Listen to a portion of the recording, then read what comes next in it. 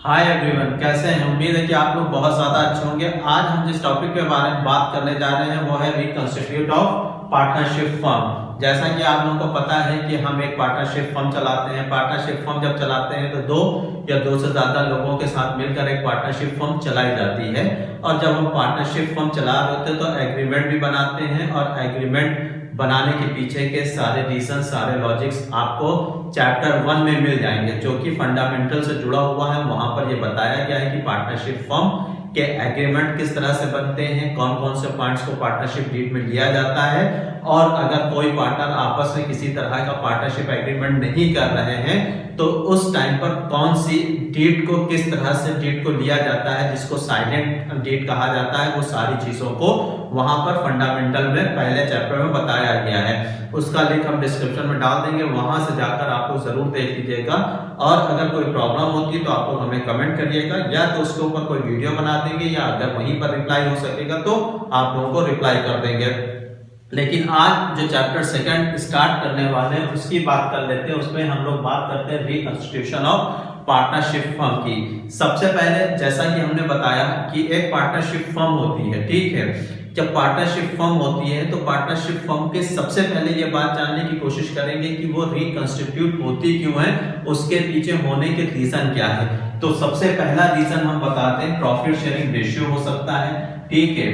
कभी कभी पार्टनर्स जो पुराने होते हैं वो ये चाहते हैं कि हम लोग आपस में जो प्रॉफिट शेयरिंग रेशियो डिस्ट्रीब्यूट कर रहे हैं उसमें कुछ चेंजेस किए जाएं। जब चेंजेस करने पड़ते हैं तो उस टाइम पर हमें अपना पार्टनरशिप फर्म को रिकंस्टिट्यूट करना पड़ता है, दोबारा बनाना पड़ता है। दूसरा सबसे बड़ा रीजन हो सकता है कि मान लीजिए कोई पार्टनर एडमिशन ले, ठीक है। नया पार्टनर अगर पार्टनरशिप फर्म में आ रहा है तो जाहिर सी बात है उसको बहुत सी चीजें हमें पे करनी होंगी, और बहुत सी चीजें उससे दी भी जाती हैं। तो नए पार्टनर के टाइम पर भी हमें अपनी पार्टनरशिप फर्म को रिकंस्टिट्यूट करना होता है। थर्ड पॉइंट में बताया गया है कि कोई पार्टनर ऐसा होता है कि रिटायरमेंट ले रहा है, ठीक है। कोई पार्टनर ऐसा होता है कि रिटायरमेंट ले रहा है। रिटायरमेंट का मतलब यह है कि फर्म छोड़कर जा रहा है, तो उस कंडीशन में भी हमें अपनी पार्टनरशिप फर्म रिकंस्टिट्यूट करनी पड़ती है। चौथा पॉइंट हो सकता है डेथ का, ठीक है। कभी कभी ऐसा भी होता है कि पार्टनरशिप फर्म में किसी पार्टनर की डेथ हो जाती है, तो उस कंडीशन में भी हमें रिकंस्टिट्यूट करना पड़ता है पार्टनरशिप फर्म को। डेथ होती है।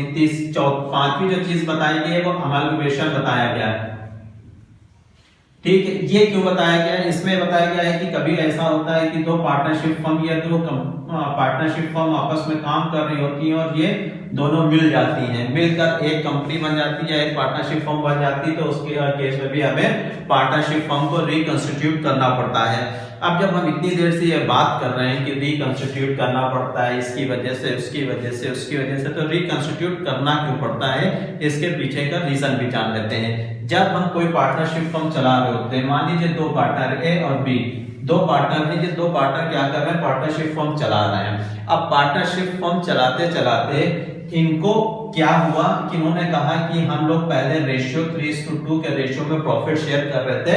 अब बात की ए और बी ने कहा नहीं, हमें पुराना रेशियो पर ही चलना है। अब पुराने रेशियो पे चलना है। इन्होंने क्या है कि एक एग्रीमेंट बना रखा था, ठीक है। एग्रीमेंट बना रखा था कि हम लोग पूरा का पूरा एग्रीमेंट, इस एग्रीमेंट के हिसाब से हम अपना बिजनेस करेंगे, जिस रेशियो में लेंगे ऐसा होगा वैसा होगा, सारे एग्रीमेंट्स में सारी डिटेल्स दे रखी थी।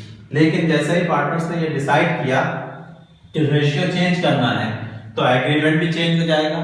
सेम यही बात एडमिशन में, रिटायरमेंट में, डेथ में और अमाल्गमेशन में, इन सारे पॉइंट्स में यही चीज आती है कि जब दो पार्टनर्स किसी भी तरह से पार्टनरशिप फर्म में कुछ भी चेंजेस कर रहे होते हैं इसके हिसाब से, तो एग्रीमेंट में चेंजेस होते हैं। और एग्रीमेंट में जब चेंजेस होते हैं तो हमें नया एग्रीमेंट बनाना पड़ता है, और नए एग्रीमेंट के हिसाब से हमें बिजनेस को क्या करना पड़ता है, रन करना पड़ता है।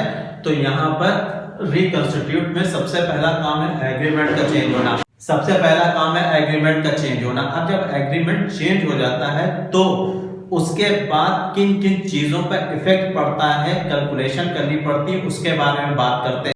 जैसे ही किसी फर्म में रिकंस्टिट्यूशन होता है तो सबसे पहले हमें क्या चेक करना पड़ता है, new profit sharing ratio calculate करना होता है, ठीक है। क्या करना होता है, new profit sharing ratio.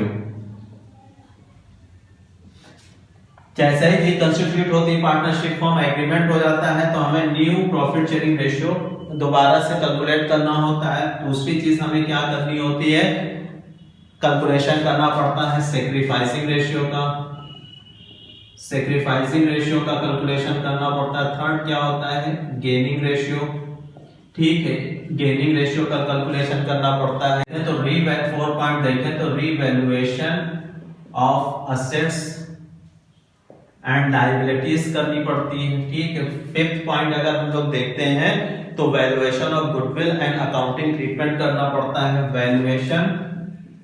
Valuation of goodwill and accounting treatment.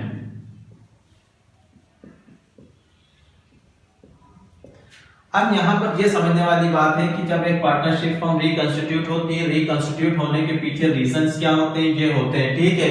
जब रिकंस्टिट्यूट हो जाती है तो हमें चेंजेस किसमें करने पड़ते हैं, इन 5 पॉइंट में। पहला, रिकंस्टिट्यूट करने के पीछे का रीजन है प्रॉफिट शेयरिंग रेशियो का डिस्ट्रीब्यूट करने का, चेंज करने का तरीका, नए पार्टनर के एडमिशन का, रिटायरमेंट का, डेथ का, एमाल्गमेशन का, ये वो रीजन होते हैं जिससे हमें रिकंस्टिट्यूट करनी पड़ती है। जब रिकंस्टिट्यूट हो जाती है तो ये सारे काम हैं जो हमें दोबारा से करने पड़ते हैं अपने पार्टनरशिप फर्म में। क्यों करने पड़ते हैं, नया पार्टनर आया तो प्रॉफिट शेयरिंग रेशियो चेंज होगा। जब कोई नया पार्टनर आता है तो उसको कुछ शेयर देना पड़ता है, तो शेयर किसमें से देना पड़ेगा, मान लो ये 2 पार्टनर थे, अब सी एक नया पार्टनर आ गया, सी नया पार्टनर आ गया, तो इन दोनों में से ही तो हिस्सा लेगा, तो यहाँ पर ये सैक्रिफाइसिंग रेशियो हो जाएगा, ठीक है। इसके अलावा गेनिंग रेशियो निकालता है। गेनिंग रेशियो सैक्रिफाइसिंग रेशियो क्या होता है, मतलब ये तो अपने हिस्से का सैक्रिफाइस करेंगे, किसके लिए, सी के लिए, तो सी को क्या होगा, गेनिंग रेशियो होगा। कैलकुलेशन कैसे होता है इसको हम आगे बताएंगे। Revaluation of assets and liabilities की बात होती है, क्यों होती है, जैसा कि आप लोगों को पता है कि असेट्स और लायबिलिटीज क्या है, ठीक है। फर्म में जब कोई नया पार्टनर आता है तो वो सारी चीजें चेंज हो जाती है, क्योंकि नया पार्टनर आता है तो उस पार्टनरशिप फर्म में नए पार्टनर की भी असेट्स और लायबिलिटीज में हिस्सेदारी बन जाती है। तो हमें ये पता करना पड़ता है कि सी जो नया पार्टनर आया है वो उसकी क्या हिस्सेदारी बन रही है, इसके लिए हमें असेट्स और लायबिलिटीज का रीवैल्यूएशन करना पड़ता है। इसके अलावा जब कोई पार्टनर पार्टनरशिप फर्म में एडमिशन करता है तो पार्टनरशिप फर्म के लिए कुछ अमाउंट लेकर आता है जिसको हम लोग गुडविल कहलाते हैं। गुडविल का डिस्ट्रीब्यूशन आपस में जो एग्जिस्टिंग पार्टनर्स हैं वो कैसे करते हैं उसके बारे में आगे बताया जाएगा। या किसी पार्टनर की रिटायरमेंट हो गया, डेथ हो गई, तो उस केस में जो पार्टनरशिप फर्म में गुडविल बन रही होगी उनको देना भी पड़ता है, तो उसका कैलकुलेशन कैसे होता है वो आगे बताया जाएगा। इसी तरह से अमाल्गमेशन होता है तो उसकी सारी सिचुएशंस को यहाँ पर इसको रिकंस्टिट्यूट किया जाता है। तो जब हम एक पार्टनरशिप फर्म को रिकंस्टिट्यूट कर रहे होते हैं तो ये सारी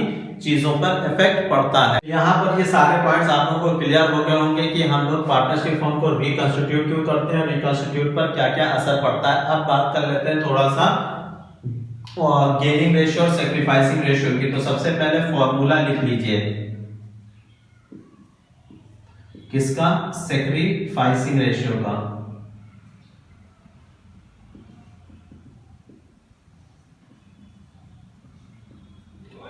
और दूसरा क्या है, गेनिंग रेशियो का।